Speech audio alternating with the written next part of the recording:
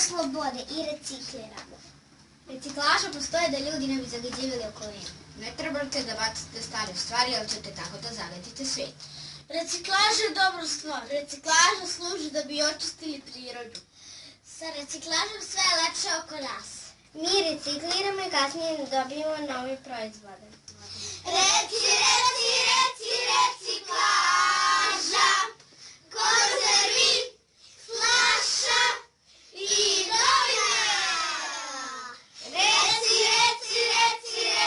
Reciklaža, to je dobra ambalaža. Mi smo napravili neke poklone za vas. Ko se prvi javi na broj telefona, može da osvoji nagradu. 069-607-043. I na internet